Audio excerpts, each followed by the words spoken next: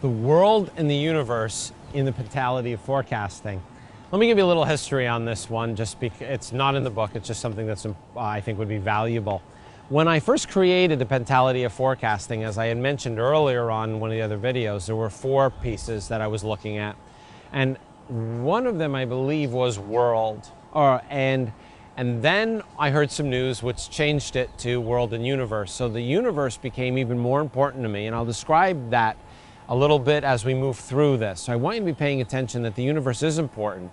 And in this case, thinking about the universe is a very big thing to think about. How does that impact my future if I do this product in this environment?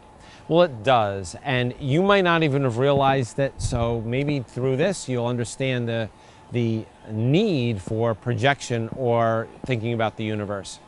Now, where can the Pentality of Forecasting fit in, or the world and universe? We're going back to chapter 8. I want you to be thinking the impact of the globalization, the global connectivity that we've talked about. So for example, a fisherman, as simple as a fisherman who goes out onto the ocean, and not that a fisherman is simple, as simple as the example of a fisherman looks at tides, currents, and the effects of, for example, chemical dumping, and how that affects the pollution in the waters. That's an example of how the world can impact some individual. And it will most likely impact long-term health of the individuals who are eating the products that come out of the waters. We're looking at a connectivity that individuals, by and large, tend to be more human-centric. Well, it's about what we see and what goes on, and yet when the collapse of the U.S. market, the financial crisis in the U.S. market happened, it immediately impacted everybody in Europe. And it did have impact all the way around the world.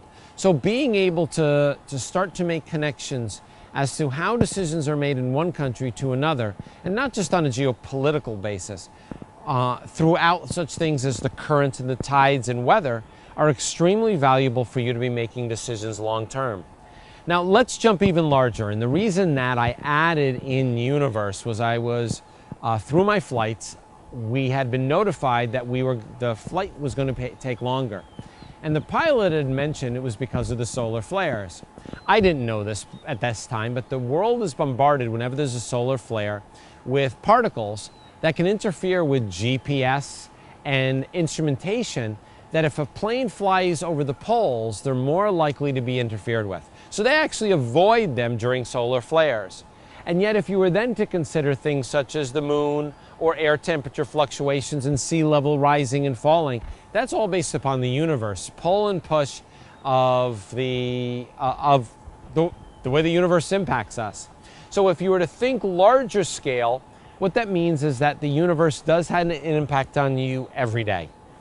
And to add that into the Pentality, all I'm suggesting is that you take a moment to say, how might this impact us?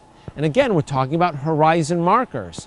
So 2 years, 3 years, 5 years. It's very easy in every one of these to say, that won't matter to me.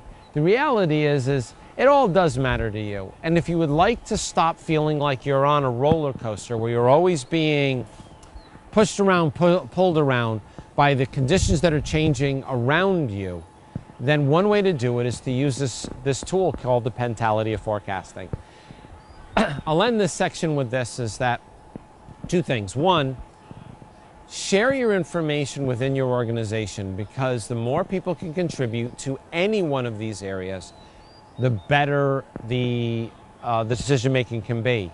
The challenge with that is often some people really don't want to tell the truth in that you environment. And that's a tough one, because if you plan on retiring and you're really not going to be paying attention or setting up your own business, that in and of itself means that you're not vesting yourself completely into the organization. I'll give you an example. Last night, I was talking to an individual working for I would say a major company, but a company valued at over $60 billion based upon the new technology. And she said she hates working for the company. She has her own company and she can't wait to get out. But she stays in because she needs the income. So I can tell you her future is she's not telling people she's leaving, yet she is.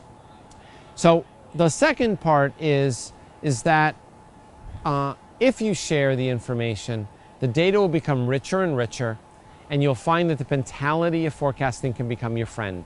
It'll be a way in which to expand the lens of what you're looking at and get better decision making more often than not because you are aware. So this is part of forecasting. I love the pentality. It's a simple tool. You can lay it down on a table. You can share it with people and say, let's talk. And the doors will swing open.